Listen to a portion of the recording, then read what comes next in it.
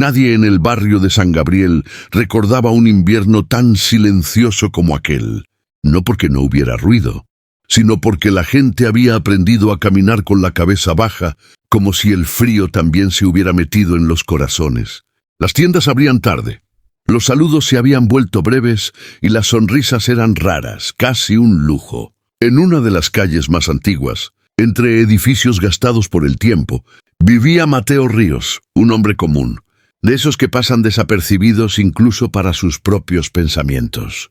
Tenía 42 años, trabajaba como mecánico en un taller pequeño y llevaba una vida sencilla, marcada por rutinas que se repetían día tras día sin prometer cambios. Desde que su esposa había fallecido años atrás, el mundo de Mateo se había reducido a lo esencial: trabajo, casa y silencio. Cada mañana, Mateo caminaba al taller antes de que amaneciera por completo. Le gustaba el momento en que el cielo aún dudaba entre la noche y el día, cuando todo parecía suspendido.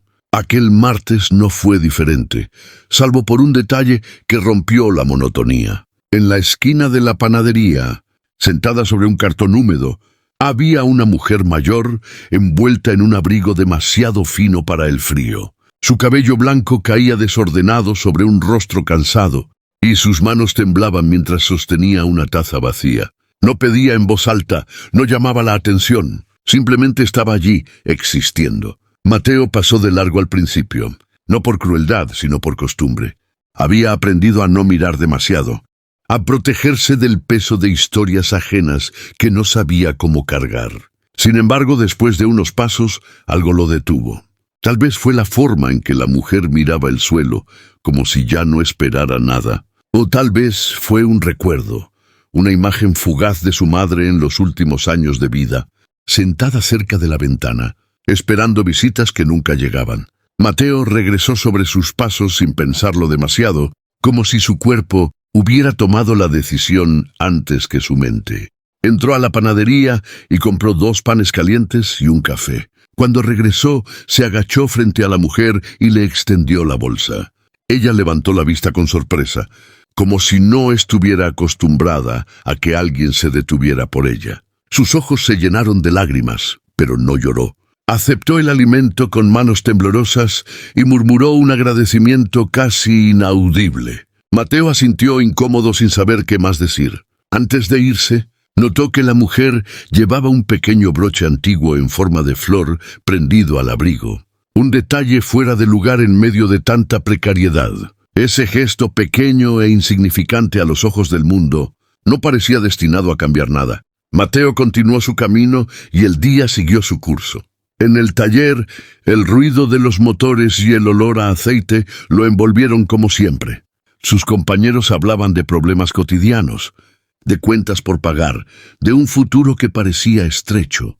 Mateo trabajó en silencio, pero su mente regresaba una y otra vez a la mujer de la esquina. No sabía por qué, pero había algo en ella que lo había tocado más de lo habitual. Al salir del trabajo, el cielo estaba cubierto y el aire era aún más frío. Mateo pasó nuevamente por la esquina de la panadería, pero la mujer ya no estaba.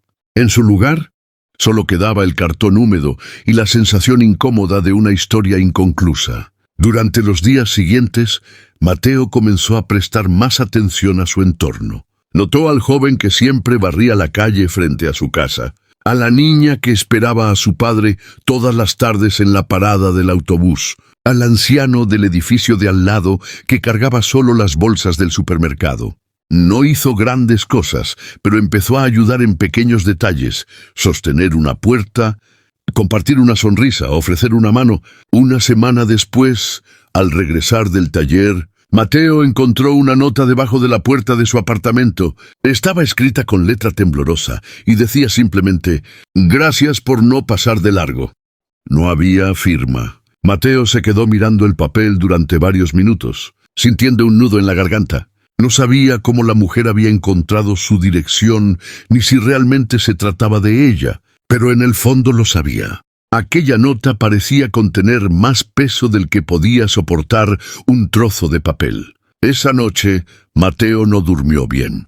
Los recuerdos comenzaron a aflorar con fuerza: su esposa, su risa, la forma en que siempre decía que la bondad era una elección diaria, incluso cuando el mundo parecía no merecerla. Mateo había olvidado esas palabras con el tiempo, escondiéndolas bajo capas de dolor y rutina. Ahora, sin embargo, volvían con una claridad inquietante. Se dio cuenta de que había estado sobreviviendo, no viviendo, y que ese pequeño gesto había abierto una grieta por la que comenzaba a entrar la luz. Al día siguiente, Mateo decidió buscar a la mujer. Recorrió varias calles cercanas, preguntó en la panadería, habló con otros comerciantes. Nadie parecía conocerla bien. Solo sabían que aparecía de vez en cuando y luego desaparecía durante días. Finalmente, alguien le dijo que solía refugiarse cerca de un viejo centro comunitario abandonado. Mateo fue hasta allí con una mezcla de esperanza y miedo, sin saber exactamente qué esperaba encontrar. El edificio estaba en ruinas, con ventanas rotas y paredes cubiertas de grafitis. En una de las entradas laterales, encontró a la mujer sentada, envuelta en el mismo abrigo. Cuando lo vio, sus ojos se iluminaron con un reconocimiento silencioso. Mateo se sentó a su lado sin decir nada al principio. El viento soplaba fuerte y el sonido lejano del tráfico parecía ajeno a ese momento. La mujer se llamaba Elena. Le contó con voz pausada fragmentos de su historia. Había sido maestra durante muchos años. Había tenido una familia, una casa, una vida llena de libros y risas. Pero una serie de desgracias, enfermedades y pérdidas la habían llevado a la calle. No se quejaba, no pedía lástima, solo hablaba como si agradeciera la oportunidad de ser escuchada. Mateo escuchó en silencio, sintiendo cómo cada palabra desmontaba prejuicios que ni siquiera sabía que tenía. Cuando se despidieron, Mateo le prometió volver. No hizo promesas grandiosas. No habló de salvarla ni de cambiar su vida. Solo prometió no olvidarla. Mientras caminaba de regreso a casa, sintió que algo dentro de él se había movido, como una pieza que finalmente encajaba en su lugar. No sabía aún hasta dónde lo llevaría ese camino, pero por primera vez en mucho tiempo no le asustaba averiguarlo. La presencia de Elena comenzó a ocupar un espacio inesperado en la vida de Mateo, no como una carga, sino como un recordatorio constante de la fragilidad y la fuerza que conviven en las personas. Mateo empezó a visitarla con regularidad, llevándole comida caliente, ropa más adecuada y sobre todo compañía. A veces hablaban durante horas, otras simplemente compartían el silencio. Elena tenía una forma serena de mirar el mundo, e incluso desde la dureza de su situación, y eso impactaba profundamente a Mateo. Con el tiempo, Mateo comenzó a involucrar a otras personas. Habló con el dueño del taller, con vecinos, con antiguos conocidos. Al principio, muchos dudaron, no por maldad, sino por esa desconfianza aprendida, que hace que la gente se proteja, cerrando los ojos. Sin embargo, la convicción tranquila de Mateo, su forma de explicar que no se trataba de caridad, sino de humanidad, fue abriendo puertas. Poco a poco, se organizó una red improvisada de ayuda. Alguien donó mantas, otro ofreció comidas. Una mujer propuso usar un espacio del centro comunitario para resguardarse del frío. El cambio no fue inmediato ni fácil. Hubo tropiezos, momentos de frustración y discusiones. Mateo descubrió que ayudar también implicaba enfrentarse a la burocracia, a la indiferencia institucional y a las propias limitaciones. A veces se preguntaba si estaba haciendo lo correcto, si no estaba alimentando una esperanza imposible. En esos momentos, Elena le recordaba que la bondad no garantiza resultados perfectos, pero sí dignidad, y eso, decía ella, ya era suficiente. Un día, mientras limpiaban uno de los salones del viejo centro comunitario, Elena encontró una caja de libros olvidados.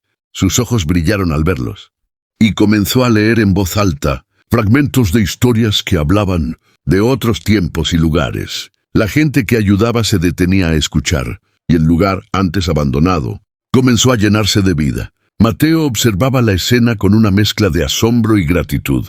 Nunca había imaginado que un gesto tan simple pudiera desencadenar algo así. La iniciativa creció. El centro comunitario fue recuperando su propósito, convirtiéndose en un refugio no solo para Elena, sino para otras personas en situaciones similares. Mateo, sin darse cuenta, se transformó en un punto de referencia. Ya no era solo el mecánico, silencioso. Era alguien que escuchaba, que actuaba, que creía. Ese cambio también se reflejó en su vida personal. Comenzó a abrirse más, a hablar de su esposa, a permitirse sentir sin miedo. La tristeza no desapareció, pero dejó de ser una barrera infranqueable. Meses después, en una tarde templada, se organizó una pequeña reunión en el centro comunitario. No había grandes discursos ni ceremonias, solo personas compartiendo comida y risas. Elena, con un abrigo nuevo y el mismo broche de flor, se acercó a Mateo. Le agradeció, no solo por la ayuda material, sino por haberle devuelto la sensación de pertenecer a algo. Mateo respondió que había sido ella quien le había devuelto algo que creía perdido, la capacidad de creer en el poder de lo pequeño. Cuando el sol comenzó a ponerse, Mateo se quedó observando el lugar. Pensó en aquel primer día, en la esquina de la panadería, en cómo había estado a punto de pasar de largo.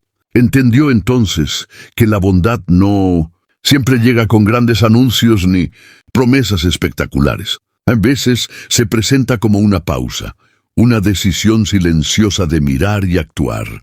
Esa elección, comprendió, había cambiado su vida tanto como la de Elena. El invierno regresó al año siguiente, pero ya no se sintió igual. El barrio de San Gabriel seguía teniendo problemas, como cualquier otro, pero algo había cambiado en el aire.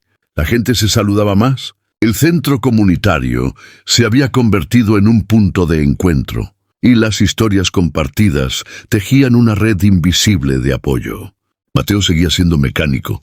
Seguía levantándose temprano, pero ahora caminaba con la cabeza un poco más alta. La bondad que lo había cambiado.